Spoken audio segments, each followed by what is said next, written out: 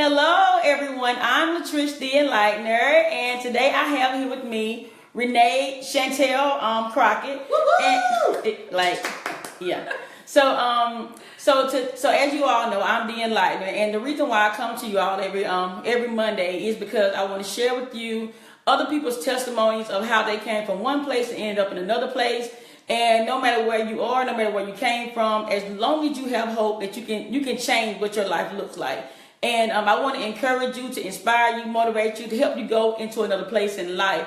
And so I use ordinary people that have ordinary lives, and they share their testimony to plant seeds into your life. And so today I have here with me Renee Crockett. Renee, tell everybody who you are. I'm Renee Crockett. And tell them who you are, what you do. Hi everyone. I am the principal of R.L. Norris Elementary School. This is my first year at Norris, but was principal at Deering Elementary School for 3 years prior. Okay, so while you are logging on, and before you log off, I want to get you all to go ahead and share this video on your page and share it with someone that you know that might need to be encouraged, might need to be inspired. Tonight, I want to, Renee just told you all who she is, and I brought her here to share with you our words of encouragement. So I want to talk to Renee about her testimony, like where she started from and how did she get to the place that she's in. And because I know that more than likely it's a lot of young people out there that probably started in the place that Renee started at and just need to hear somebody else's testimony to be encouraged, to be motivated, and to be inspired. So right now, Renee is the principal. And Renee, tell people just the challenge that you went through to get to the place that you're in as far as like your teaching career. Well, you know what? Don't even start at the teaching career. Start at the place from the coast. Okay. I'm going to actually start with the word illegitimate, because that's one of the first words that I remembered where I thought, I'm like, illegitimate? Okay, is that a bad thing? Mm-hmm. Not knowing at that early age what it was, it stuck with me. I mean, even now, you know. And then, you know, to find out what illegitimate opinion mom and dad. Mm-hmm. But it's something that kind of stuck with me. Mm-hmm. And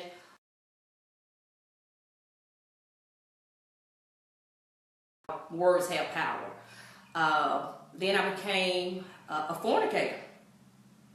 So more words. More words. Basically pregnant at the age of 15. And what I found out was, you know, I was a fornicator. Having sex before marriage, right, out of wedlock.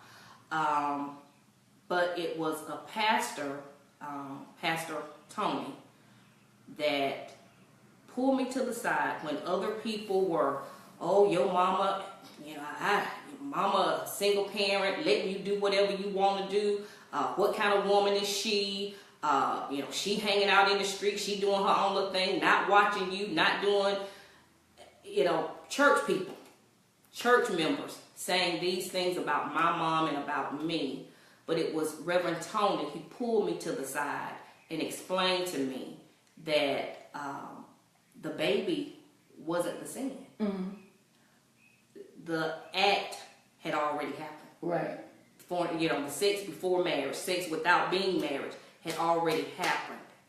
So don't look at the fact of being pregnant. Okay. Is not a mistake. Right. And that's when my life started turning around. Because surely enough, when you make a mistake at a young age, you want to do everything to fix it. You want to fix it for your mom. You want to fix it for your dad. You want to fix it for the people that you have disappointed the most. Right. My mom said to me, one is a mistake.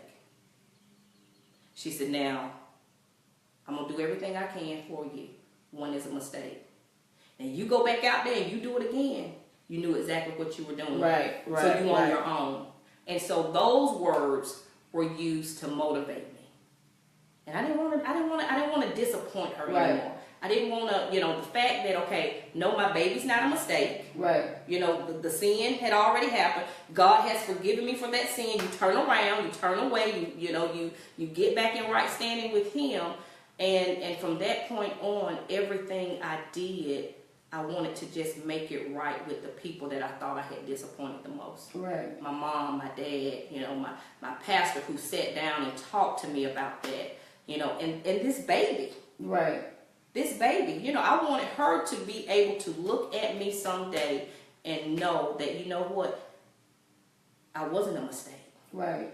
So while you carried her, did you know, like, once the pastor had talked to you and all that stuff, did you understand then that, okay, so did you ever gravitate and hold it like, okay, so she's not a mistake? Did you ever eat that and just say, like, I agree that my baby is not a mistake? I did. And that's what, like I said, that right there turned things around for me. My mom saying, one is a mistake. Mm-hmm. The pastor saying, this is not a mistake. That baby is not a mistake. And it just motivated me. It motivated me.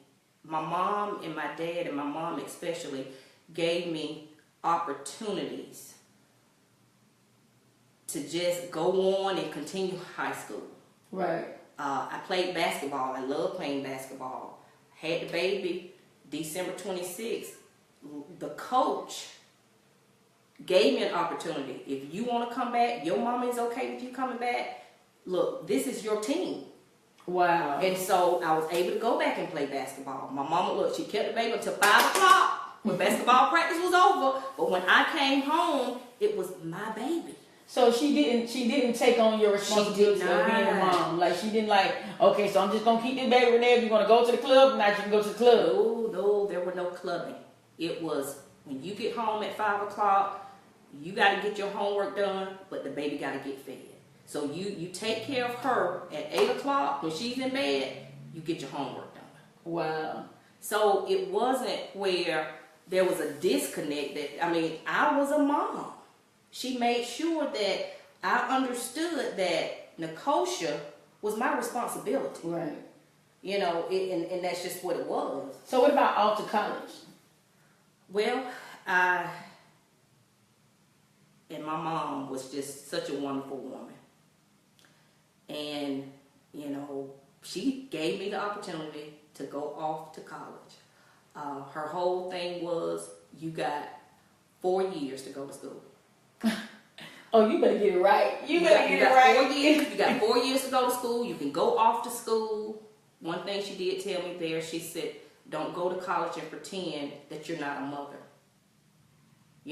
People need to know you got a child. You got, right. Don't go up there and just feel like, okay, you just up there and you wild out. No. And she would bring the coach to me. Mm-hmm. Stay in my dorm on the weekends. My friends knew that, I have a baby. And when my 4 years of college was up, she said, you coming back and get your baby? And look, now she's going to be yours. And so she meant that. How did that feel bringing her to college? Like, all your friends don't have any kids, and did you feel like... The very first time, I felt very uneasy. Mm-hmm. But not to the point where I was ashamed. Mm-hmm. It was like, once she got there and she was all so cute, and, in my dorm we had Dalmatians, and, she stood in front, and, it became easy to just say, this is my baby. Mm-hmm. At that point, there were other teenage mothers in college. At that point, there were others like me who basically were given the opportunity to go. And so it, like I say, it was kind of at first, but once she got there, I had wonderful roommates. They accepted her. Everybody knew Nicosia on the hall. She would just come and run up and down the halls and tell stuff. Yeah, it wasn't. She didn't tell stuff. But yeah, so she, it's one of those things where you're a little nervous, you're a little apprehensive. But I remember what my mom said. You can't go up there and pretend that you don't have responsibilities. So was anybody else's situation at college like yours? Like, bringing the coach there for the weekend, or was they there acting like, oh, I don't have any kids? Not on my hall. No one that I knew for sure. Mm-hmm. No one that I knew for sure. So do you think that your experience with the kid is any was any different, or do you see the difference between now and then between moms that are having young teenagers that was your age? Do you see the difference between the way your mom did and the way you see stuff now? I think that my mom made sure that I was a mom. Mm-hmm. There was no, well, I'm just gonna take care of the baby and you go and you do what you're gonna do. Not like that at all. Mm-hmm. And not to pass judgment, but I do think that we have grandmothers who are raising babies. Yeah. And great grandmothers that are raising babies, and you still got mothers that's going on doing what they're supposed to do, or they're not supposed to do, but going on as if they have no responsibility. Yeah. And that's sad. Yeah, that is sad. That's sad. But here again, my mom, you are a mother. Mm-hmm. You are a mother. Don't go anywhere and pretend that you are not a mother. That's your baby. Don't go and tell anyone that, oh, this is my sister. That's your baby. And it could easily be that way. Yeah, but no, we don't. No. Yeah. So to everyone that's watching that has logged in, go ahead and share this video. Tonight I'm talking to Renee Crockett, and we're sharing her testimony with you all just to encourage, to motivate, empower someone that was in Renee's place, or that's in Renee's place right now, just to help you to see that, like, you can keep on moving, you can keep on pushing, and success is still possible. Even with the kid, no matter what your situation is, you can push through hard places. So I want to get back to talking to Renee. So Renee, tell me about, so now are you out of college yet? Like, not out of college. So how was that situation? Like, graduating and... Out of college, look, just like my mom said, first year working, I came home, I got Nicosia, she and I moved to Athens, and that was probably the best thing that could have happened to me at that point, because I was away from home, and that bond, that, we had a bond, but it was just solidified because there wasn't Granny's voice on top of Mama's voice. It wasn't, and my mom never would, try to pull rank or do anything like that, but Nicosia would still kind of look sideways when the two of us, were in the same room, and she felt like she wanted something, and Mama said no, and she would always, look at Granny, because that's what children do. Right.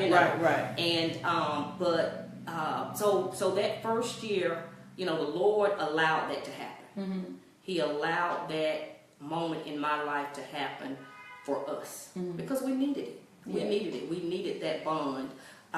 It's amazing how He orchestrates things, and the school that I got a job in, we lived in the apartment right across from the school. So basically we walked out the back door straight into the school. Wow. So, that was so easy, so good. It could have gotten easy. And that's just it, but it was still God's hand of protection around the young mother with her baby for the first time, just making things just that easy to transition. Yeah. And so from there, went off to first job, 4th Street in Athens. After that first job, last hired, first to go. And, was able to come back home easily. Came back home, applied, got the job in Thompson. So the baby and I came back home. But guess what? Mom said, you can't move back. Can't move back. So she told you that she couldn't move back. She told me I couldn't move back. You know what? You and your baby have been up there. Look, y'all have fun, bonded. Don't come back. Don't want to come back here in this setting. Go ahead and get you an apartment. You got a job. What did it feel like?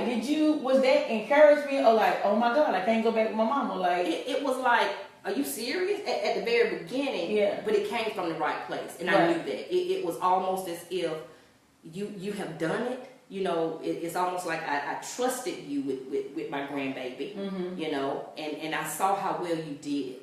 So don't come back here. Keep moving, keep pressing forward, keep making things right for the two of you. And so we moved to Bear Lake Road in Augusta. I was about to say Beverly. No, not yet.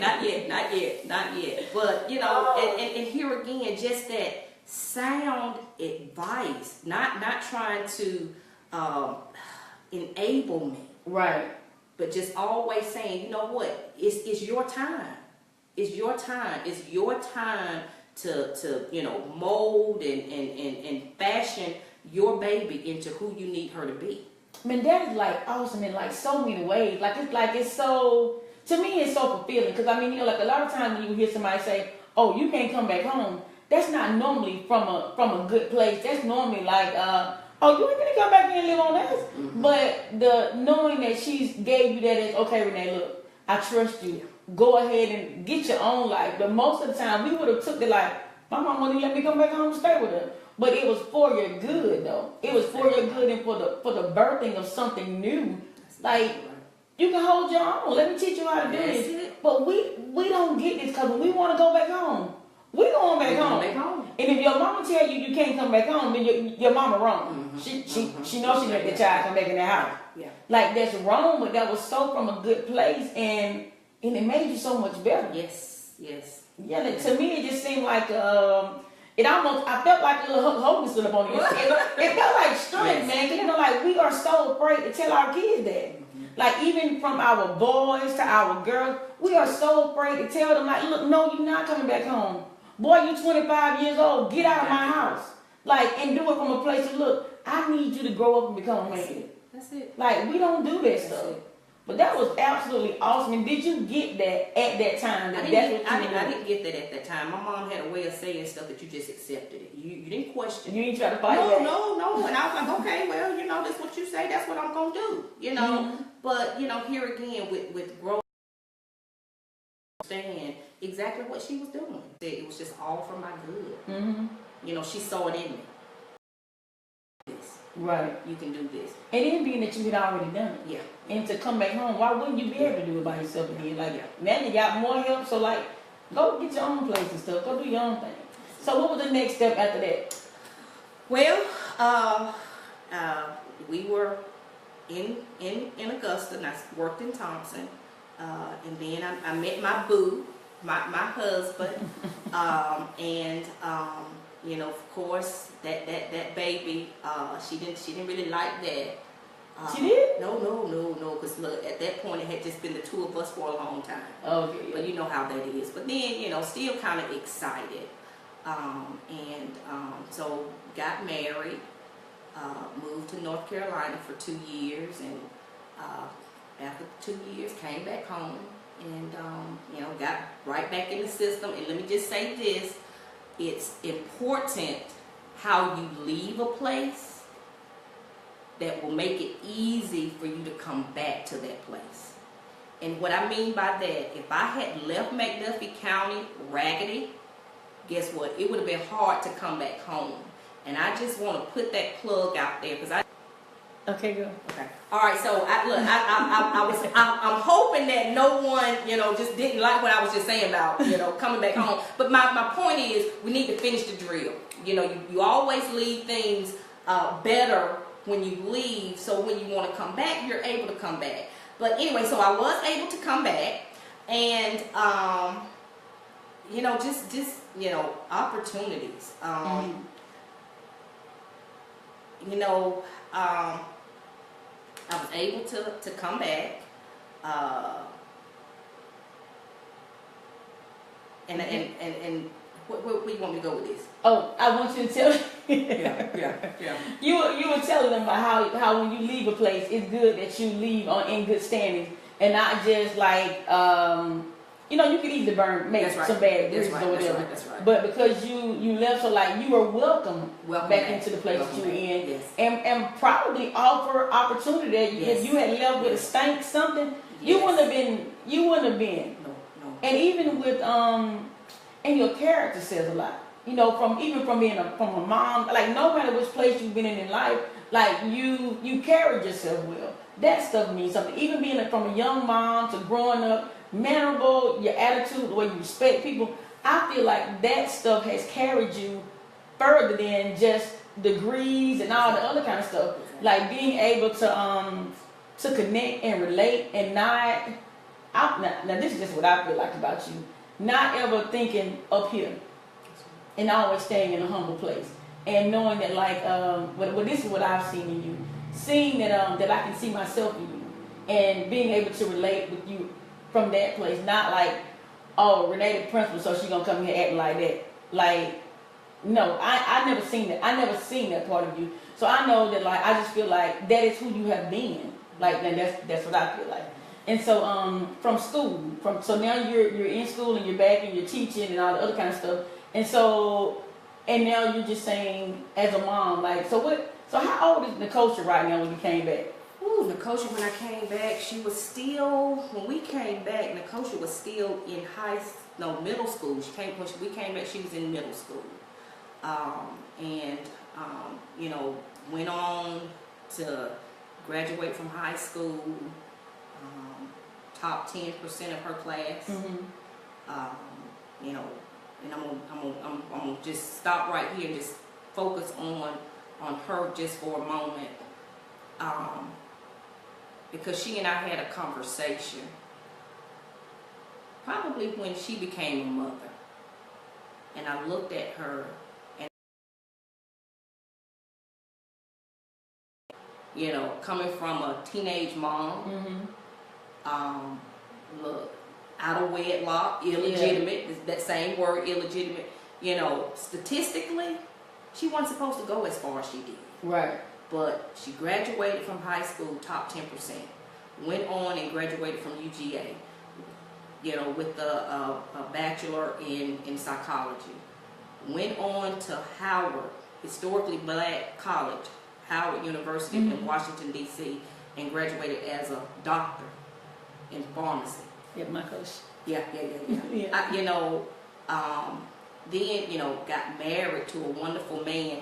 And by the way, happy birthday, son-in-law. Really? You are the best son-in-law in the whole wide world. Not because you're my only son-in-law, but you are the best. You really are the best, David Anderson. Happy birthday, David. But really and truly, when I look at her life, it amazes me. And because here again, statistically, right, you know what the people will say, she wasn't supposed to do all of that. Right. You know, I can imagine so many people when they saw me as a pregnant woman, putting her already, you know, in a place, right, in a place, and she excelled, you know, and she didn't stop. She just kept going, and I would like to think that there was something that I did. Most definitely, that motivated her. Right, really? You see what I'm saying? Yeah. See, that was my motivation. See, she was my motivation. She was my motivation. Right. You know, she was my motivation for everything that I did. Because you know what? It wasn't no bringing men in the house. Right. You know, it wasn't no, you know, if I dated, because you have to date as a young woman, you have to date, because how you going to find that perfect man? Right. But dating meant, okay, you got to take me out somewhere. Because my God, you ain't going to come in here and lay up with me and my baby get up in the middle of the night and wonder why my door closed. I don't sleep with my door closed. So, you know, and so that's the type of stuff that as women, as we are trying to find that perfect mate, and it can happen, but guess what? You got to go in there saying, you know what? This is a package deal. It's two. Right. And you gotta demand that they respect your children and don't do things around your children that will cause them to think, you know, lowly of you. Right. Right. So that baby, I'm telling you, you know, shout outs to my baby girl, because I'm telling you, she definitely did her thing. But you know, going back to, you know, coming back here and becoming a AP and a principal, you know, really and truly, my life hasn't been all perfect. You know, the devil has definitely used people. And things as he normally would, you know. That's just what he does. That's just what he does. Yeah. So you know, but you know what? God is just so awesome, and you know, I'm not any of these things because of me. Right. It is just all because of him. That is good that you recognize it. And somebody said to me, favor isn't fair. Mm-hmm. Favor is of God. So everybody want to say, oh, you just got that job because they like you. You know what I'm saying? Mm-hmm. You just got that job because you kissing up to somebody. You just got, they'll give you reasons for getting that job. Right. Other than, you know what? God qualified me. Right.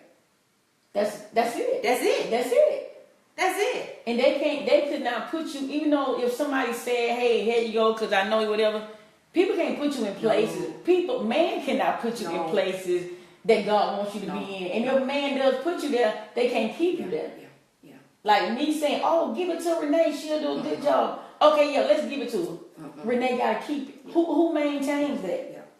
That's all him. Yeah. That's all him. That is solely him. That's it. And that is awesome that you know that it has been him. Yeah. And I mean, because you could easily try to take the coat off and be like, you know what, God, I did this. I deserve this thing, or I walked this walk and I came up this way, so now I'm here and I made it by myself. Like it is such a blessing to people watching, to me, for you to know that God did this thing. Because the minute that we think that we do this stuff on our own, the minute we missed it. The minute we missed it, then we got to go back and regroup. Well, and I never saw myself. When people would say, "Oh, you need to be an AP. You got the qualities." I never saw myself. You never saw that? Never saw myself as an AP. Never. So what was the goal? Like, what did you see? I enjoyed being a 5th grade math teacher because I was the best 5th grade math teacher there was. I know some of y'all on that I taught. Yes, I was the best 5th grade teacher ever. And I was satisfied with that. I was comfortable. I was satisfied. But God don't want us to be comfortable. He doesn't want us to stay comfortable. Right. When He wants us, to higher be and elevated. And so I was just comfortable. And people began to say, okay, positions are coming open. In fact, my principal at the time, Crockett, you need to go get your degree. You need to get your paperwork together. You need to get, go back and get, because I see it for you. Mm-hmm. Your mama want this for you. Your daddy want this for you. I'm like, I'm cool. I'm good. I'm good. I don't want to go back to no school. Right. That is Lord. That's a lot about I didn't want to go back to school, but something just, I just, okay, well, let me just go, because basically, if you don't go to school, it will never happen. Period. Right. So basically, you're saying to God, you know what? I ain't gonna even put myself out there. Mm-hmm. And so I went to school, and position came open. Go apply. My mom had passed away. Mm-hmm. I didn't want to apply. I didn't want to, I'm just. So this is around the same time. Yeah, around same 2010. Then my dad passed away. 2010, the AP position came open, and my former principal said, "Crockett, it's time." Mm-hmm. And this is in 2010. This is in 2010, and I began to come up with every excuse why not. Mm-hmm. And I'll never forget, I was driving, and he said, "Pull over." He's because I need to talk to you. You need to pull over. So this is God talking to you, telling you to pull over. This was my former principal. Oh, former principal. Sorry. So I pulled over. But it was God talking through him. Because, and I was like, I don't want to hear it. I'm just not in a place. I'm just not ready. Yeah. I'm not qualified. There are more people more qualified. I mean, you name it, I gave every excuse not to.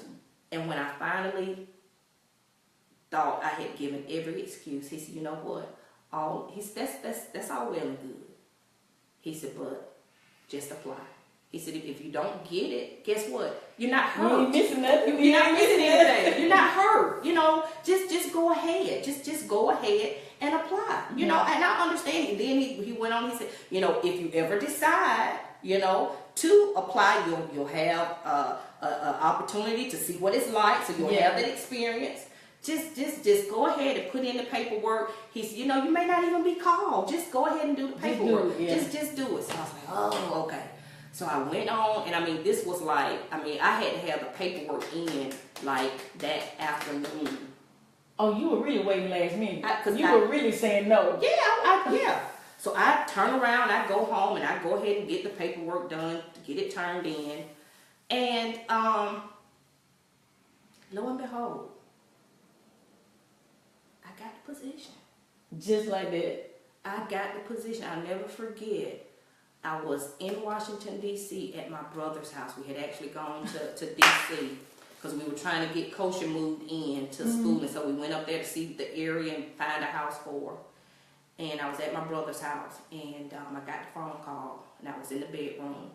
And the principal at the middle school, Dr. Tam at the time, called and said, just want you to know that I want you if you want the position.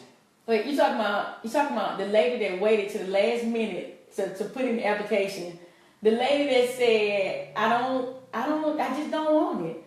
Both parents died in the same year you applied. I need to go back to school. Like, I don't want to go back to school. Same lady, all these other applications, but you got to call. Tell me God. And I remember just going down on my knees, just thanking him and just saying, I just cried because I didn't see it, but I knew it was all him. Mm-hmm. I knew it was all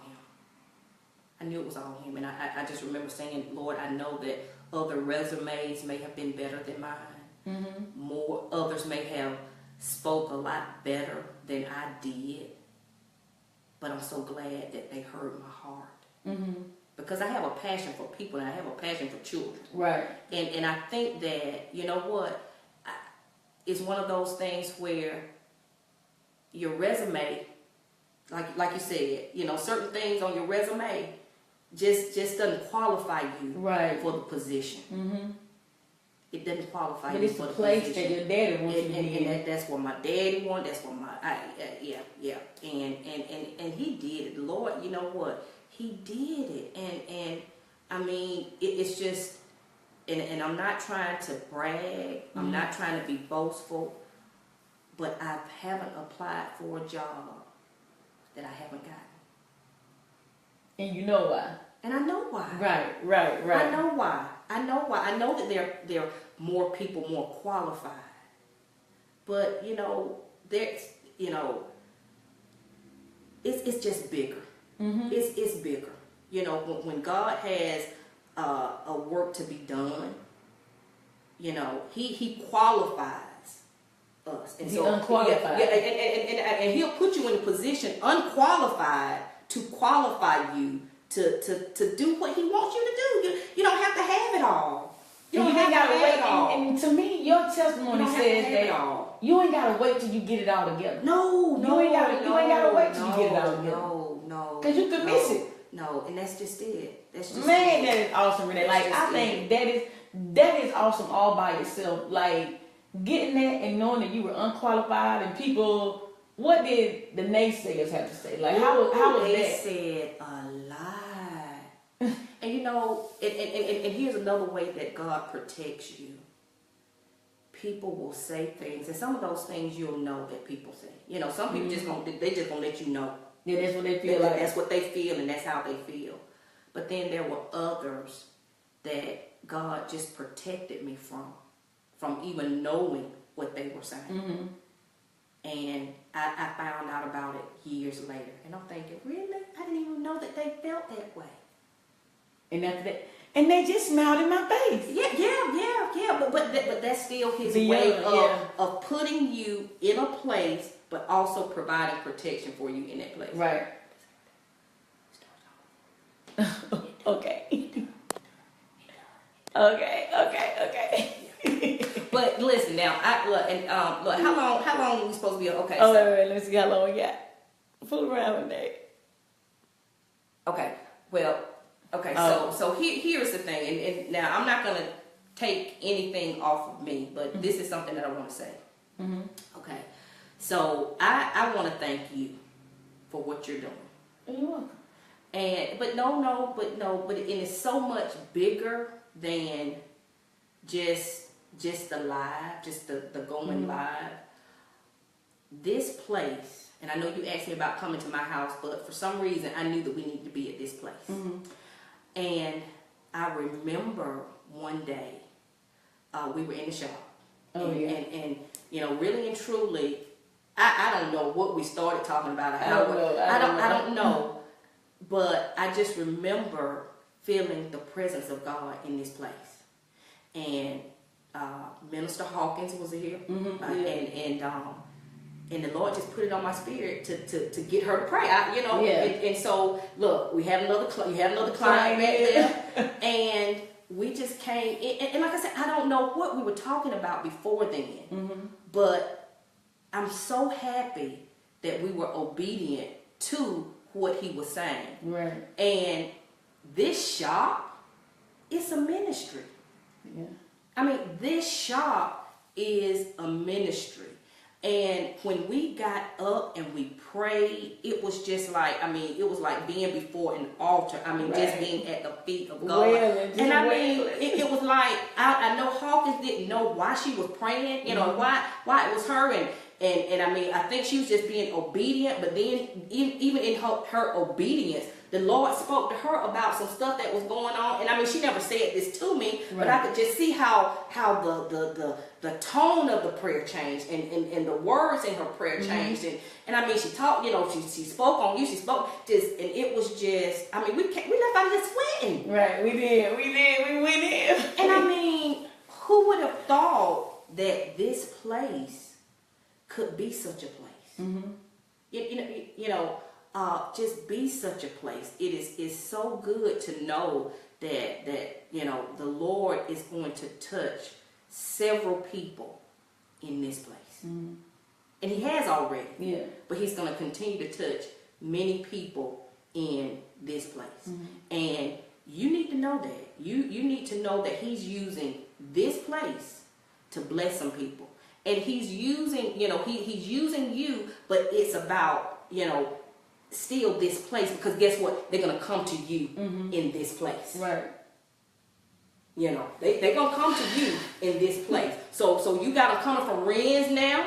Yeah. You got them coming from Augusta now. You got them coming from Warrenton now. Girl, you got them coming from the east, west, south, north. You see what I'm saying? Yeah. So it's just, it's amazing. And you're bringing us to touch the lives of others. And I know you've shared your testimony so many times, but it is just something about just the goodness of the Lord and just hearing his voice and being obedient. And I thank you for that, just for being obedient, because eyes have not seen.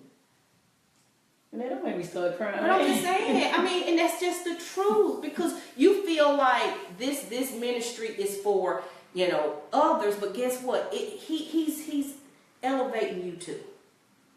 He's elevating you too. I can see that, man. Yeah, he is. Hey. Girl, I'm proud of you, boo. I'm proud of you. I am. Thank you. I'm proud of her. I am. Thank you, Renee. Thank you so much. But listen, and see, she probably brought the wrong person on, because I really can talk a long time and on. And here's the truth of the matter. We serve an awesome God. Yeah. We do. And I just know that he put places people in our lives. I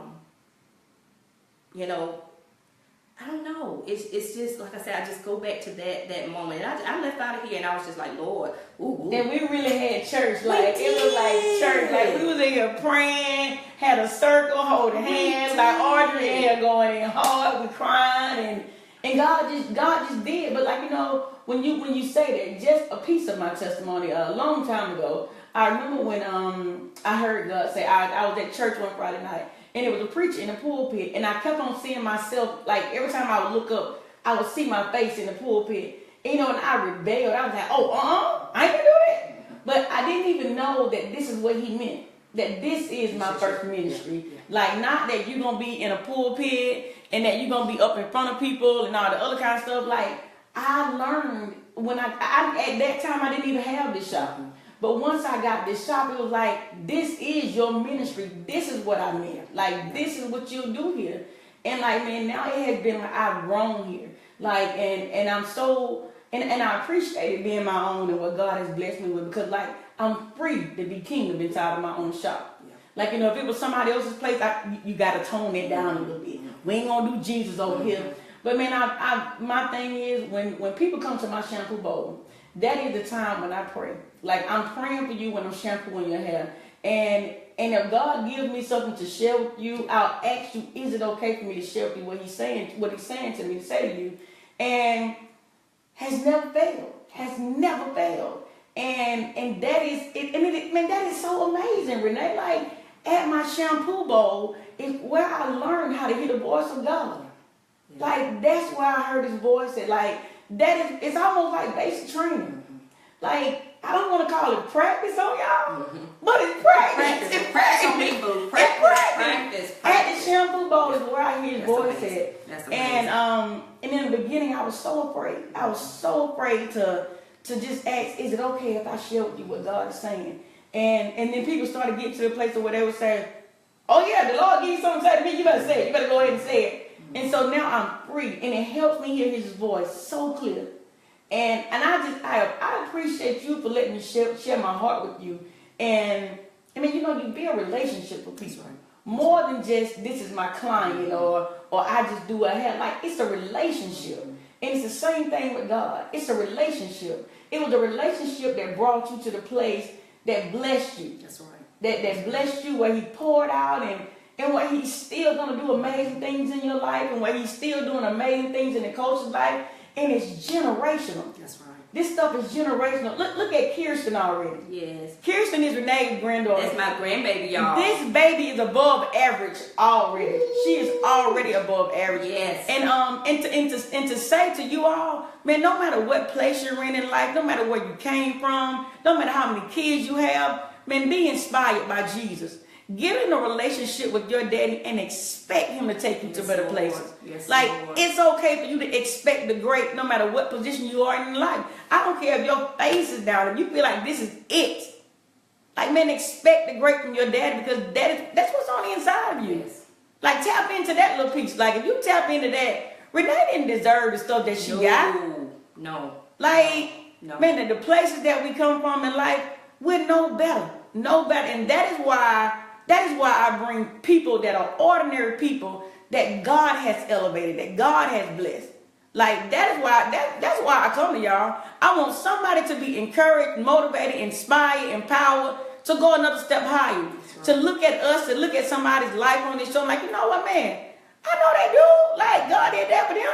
Like, I ain't no different. We grew up on the same block. Yes. Same people, same thing, same God. That's right. He wants to take us to higher places, to better places. We got to stop being okay with mediocre. That's right. My friend Kobe got this thing where he say no to average. We got to start saying no to average and become phenomenal. And it's okay. It's okay for you to reach for something different. I'm quite sure with a lot of people that you grew up with, that you probably left behind. That's right. Even with the baby, went off to college and you know, and pursued life. Like, it was a lot of people that would have been like, oh, Renee thinks she's somebody there coming back over here. Like, you gotta keep on moving. That's right. You do. Yeah. And a lot of crabs. Crabs in the basket. Yeah. A lot of crabs. Yeah. A lot of crabs. You gotta be willing to step out. And here's the thing. There are some more Shantell Renees out there. You know, there are some more.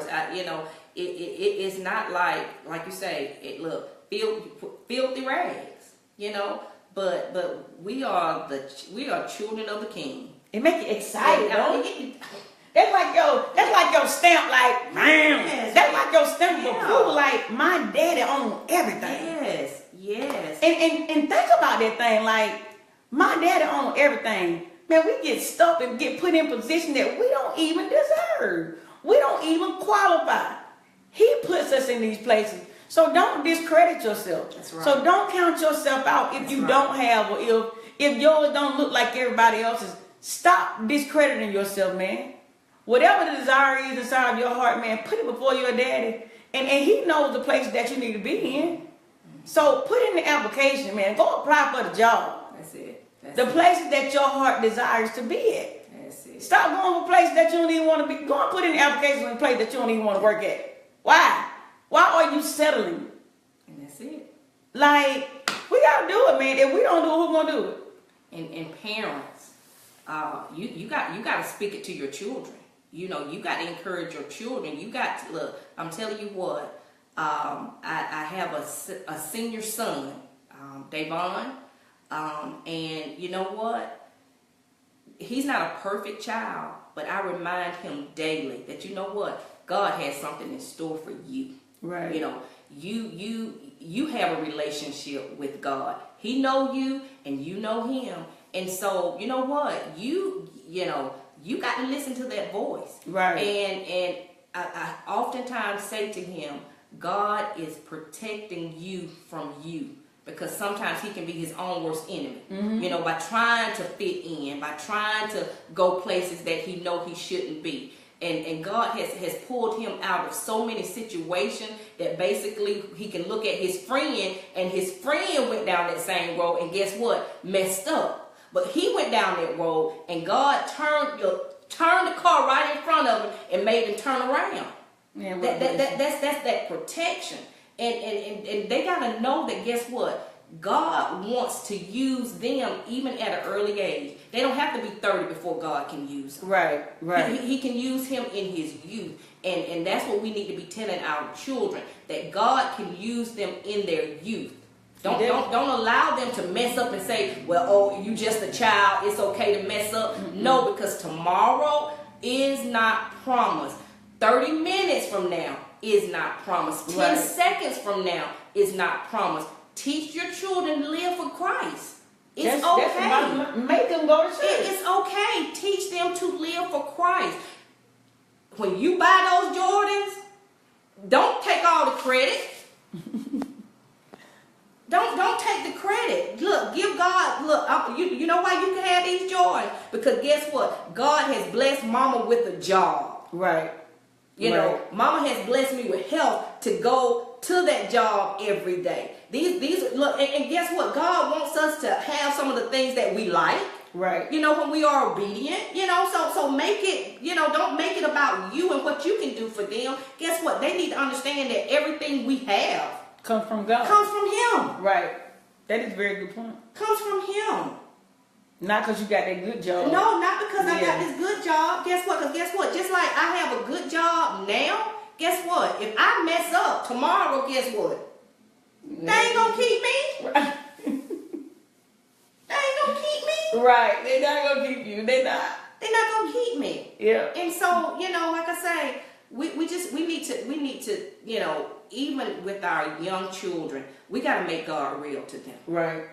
We got to make, and it's hard. It's hard to imagine. You know, it's hard. I remember him saying that, you know, he's not afraid to die. Yeah, I remember you told me about that. And I'm thinking, you're 17 years old. You got so much to live for. How could you not be afraid to die at this age? Mm-hmm. And he said, because I've seen so many of my friends. But he has to understand that, guess what? God is real. Right. And God has something in store for you. He can't live his life reckless, like, okay, you know, I might well look, since I ain't got long to live anyway, I can just do whatever. No. Yeah. No.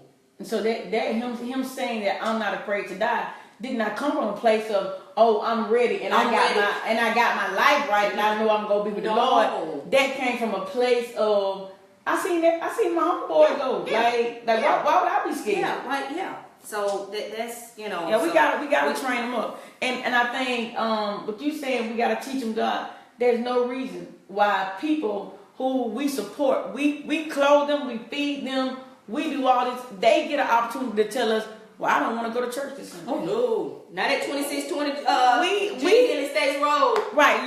They should not have that option. I don't want to go to church this Sunday. Well, who you? Who this child hop on? No. Like, I mean, you don't get those options. No. And more than anything, we know that Jesus is needed and necessary in our lives and in their lives. And I always say this right here too. I have learned that whatever it is that we're teaching our kids or we're telling them to be, more than likely, we need to be listening to what we're telling our kids. If you telling him not to go over there, not to do this, don't smoke that, don't hang with them, the same thing we're training our children to be, we should be there. That's right. Like you can't cuss. I'm cussing because I'm grown. No, that means you shouldn't be doing it. Can't do it. Can't do Don't it. be. I can smoke, but you can't. Can't do it. You shouldn't be doing it. Can't do it. You need to go to church. You should be going to church. Yeah. More than likely, the people that we're trying to raise up in our house, we need to become those people. Yeah. I heard John Legend's song. He said we become the change that we want to see. We got to become the change that we want to see. And so we got to start it. We got to create it. We got to be the start. So it's almost hard to encourage somebody from a place that you're not at. That's right. It's hard. It's hard. And I have found accountability in mentoring kids. Mm-hmm. Like when I mess up and I fall, the first thing I see in my face is the kids that I see. I mean, like, even not in my presence, man, I see these children's face that I said, look, you shouldn't be doing that. Mm-hmm. So if I find myself doing something stupid, the first people I see in my head is those kids that I encourage and I motivate to come out of a place that I used to be in. That's right. I see those faces. And so I want to thank you, Renee, for coming on with me tonight and for, I feel empowered. I feel like a little superhero, like a little something. I'm excited, y'all. I'm excited about Renee sharing her testimony with you all. So to you all that heard, that got something that Renee said, man, take it as a receipt. And when you get to those places in your life to where you meet God to do the exact same thing, or to grab a hold of faith, or to just any kind of, take Renee's receipt. Look, Daddy, you did this for Renee. Yes, we ain't no different. You don't have any respect to person. You did it for her. Yes, I believe you can do the same thing for me. So whatever part of this testimony you need to take and eat it, man. Yes, Lord. Eat it up, suck it, drink it. Play the video back to the part that you need the most. To get encouraged, to get motivated, to get inspired, to move out of the place that you're in. So, Renee, is there anything else that you want to share or say? I'm done, and you know, as I was sitting here, just kind of listening to what you're saying, and really and truly, you know, being on live is one thing, and I see some of you, you know, with hearts going across, and I'm sure it's because you know me, but I hope it's because you know me. Right. And I can sit here in this place and say some things. But if you can't witness my lifestyle, you know, if you don't have a point of, you know what you said, I believe that. You know what I'm saying? Because you've been that way with me. Right. You see what I'm saying? Right. You've shown that to me.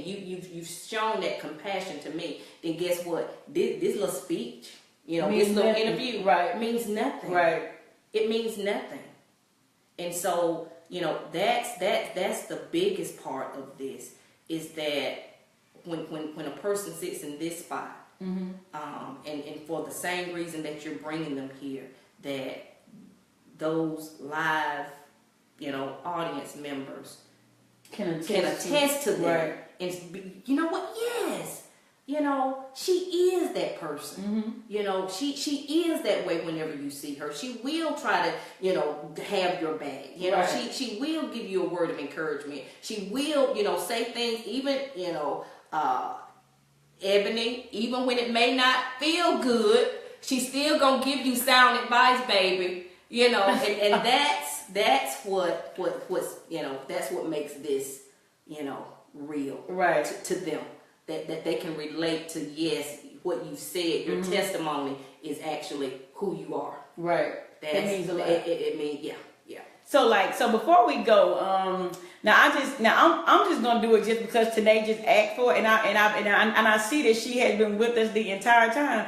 Tanae said pray for her. I don't know if she meant pray for her on live, but I'm about to pray for you on live. I'm sorry. God, I just want to thank you right now for Tanae. God, I thank you for opening up wisdom, for giving her a sound mind, for giving her a heart and a mind to walk forward in the place that you call her to be in. Yes, I thank you, God, for allowing her to be able to use in the place that you want her to be in. For every degree that she has, God, yes, every bit of wisdom, every bit of knowledge, I just thank you right now for putting her in the place that she needs to be in, that she will be able to walk out purpose. I want to speak encouragement and life into you today. I believe that right now that something is being broken off of you.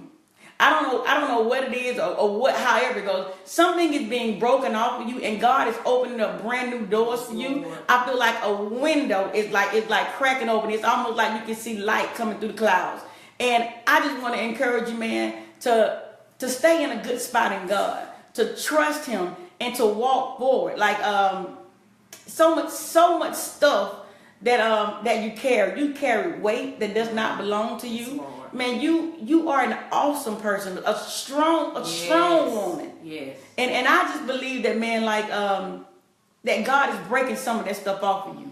Like it's almost like if you can imagine somebody pulling along a trailer. You carry weight that is not yours, man. I speak freedom in Jesus' name. Yes, Lord. I speak freedom right now in Jesus' name, man. Yes, Man, you are a mighty warrior. Oh, yes. You are stronger than what you look in the mirror and you see. You are far beyond how cute you are. You are powerful, man. I speak life into you. I breathe the breath of God into your body right now, and you will walk out purpose in your life. In spite of whatever it is it looked like that you might have wanted to do, I declare and decree that in Jesus' name, Lord. purpose will come forth in your life. Tonight, man, God's going to birth something out of you tonight. So expect it. Expect Him to speak to you in your dreams tonight and reveal to you who you are in Him and what you should be doing. You're greater than what you think. You're greater than what you have ever seen, man. You are absolutely powerful. And man, to anybody on this live video, man, I want to speak life into you to walk forward in who you are. Like, we need you. And walk out that door tomorrow, Tanae. Walk it tomorrow. Walk it tomorrow. Like, man, like. Walk it tomorrow. Tanae, you awesome, girl. Like, yes, you are. Walk it tomorrow. Renee, say what you see. Huh? What you see? I'm just getting closer to her to tell her to walk it tomorrow. Man, I just feel new birth. I just feel new birth and new life. Like I just feel that. That's it. I mean, you just said it. You know, we walk around and you know we put on our makeup. You see what I'm saying? Yeah. We get cute. Yeah. We get cute.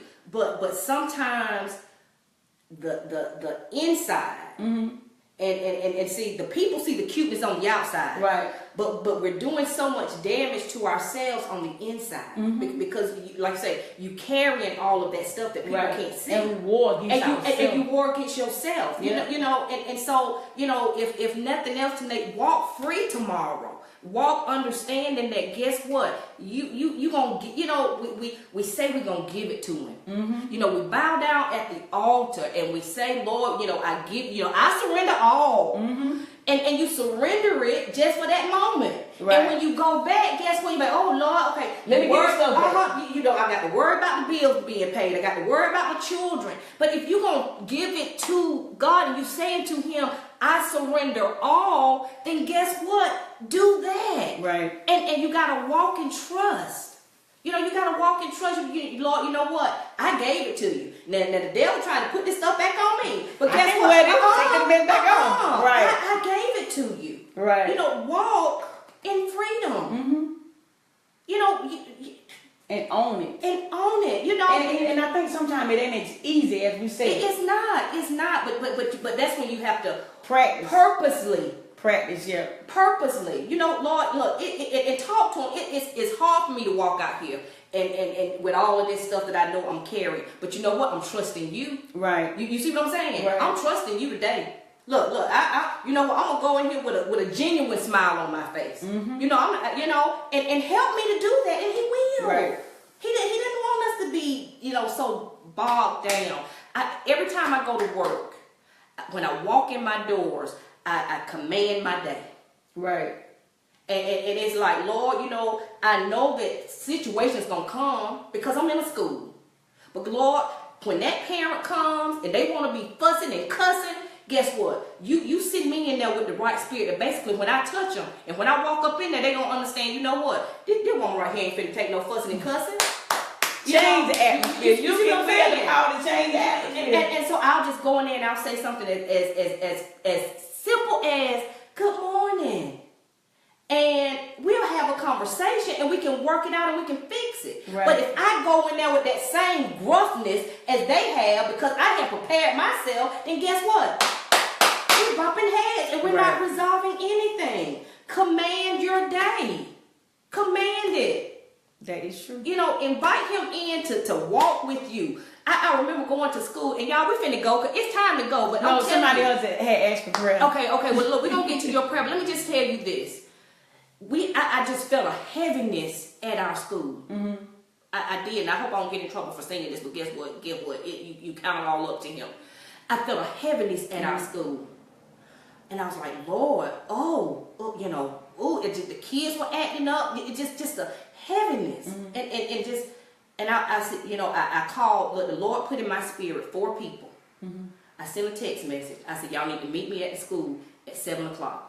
The Lord said, you get to school at 6:45. You go open up every door. And when you open up that door, you just invite the devil, the spirits out of this building. You command that they come out of your building. Now, I'm like, okay, that don't feel right, Lord. Mm-hmm.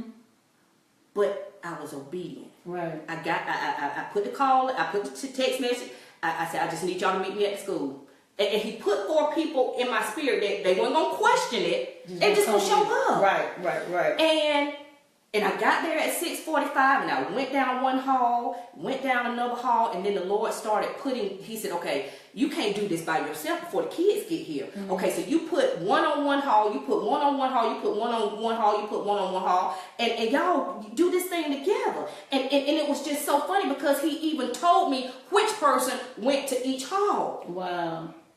And I promise you, it was just going in, and I did. I went to every room. I unlocked the door, and I walked in the room. I prayed over the room.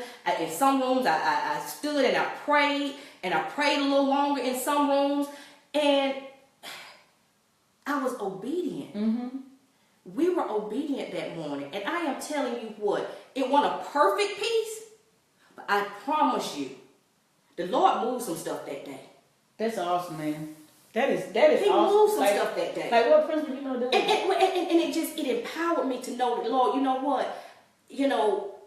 I am where you want me to be. Right. And as long as I continue to just be obedient, this stuff that I feel like is attacking this school, we come up with, the parents aren't doing this. But guess what? Just do your part. Right. And the Lord was just saying, just do your part. And I was obedient to that, and I did my part, and I just feel like, Lord, thank you. He took me out of my comfort zone. Right, that is very far. Cause I'm like, okay, but at the school, yeah, cause they done took me out of school. You see what I'm saying? But okay, we come on. Okay. So I saw on here that Joyce Reed said that she wanted prayer. Miss Joyce, I don't know you and I don't know your situation, but I just want to touch and agree with you that whatever it is that your heart desire is, whatever it is that you need from God, that you would go before Him, man, and you would give it to Him, and you would ask Him to give God, what would you give me for my surrendering? For me, just laying all this weight I got on me down. What will you give me? Just simply ask God that. So when you pray tonight, when you get before God tonight, God, I give you everything. I surrender all this weight, all this aggravation, all this anxiety, all this stress that does not belong to me. And in the place of all this stuff, what would you give me? Now I feel like I just heard God say that He would give you peace. But you go before Him and you ask Him, what will He give you? So, Miss Joyce, I don't know what you're standing in need of, or what. I don't even know. I don't even know if I know you. I just saw it on a thing. You said that to pray for you, and I just want to touch and agree with you that in your surrendering, that your Heavenly Father will meet you at your need. Yes, Lord. I'm telling you, if you don't have anything else, get in relationship. Mm-hmm. Get in relationship with your daddy, and that will change your life forever, man. Learn if we would start to see God as our Father and not as a God with a hammer ready to bust us upside our head. If you think about how a good father would be to his child, Imagine I don't care what you have done. I don't care what you have been through. I don't care who you have wronged. Imagine God being your father. That's right. And so no matter what a child does, daddies don't turn their back on them. That's right. They just don't. So y'all, so Miss Joyce, and to whoever needs to eat this stuff, man, whichever part of these testimonies, whatever words of encouragement you need to eat, man, eat it.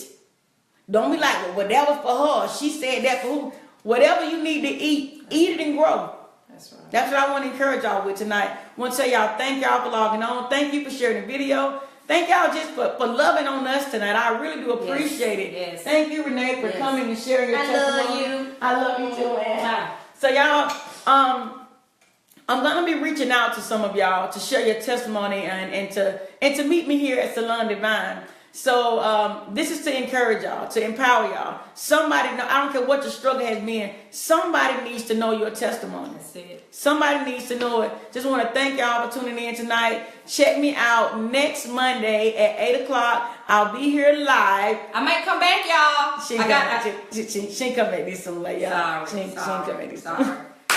So I'll post up and let y'all know who I have on next Monday. But thank y'all so much for tuning in. I love y'all. Love you. Bye.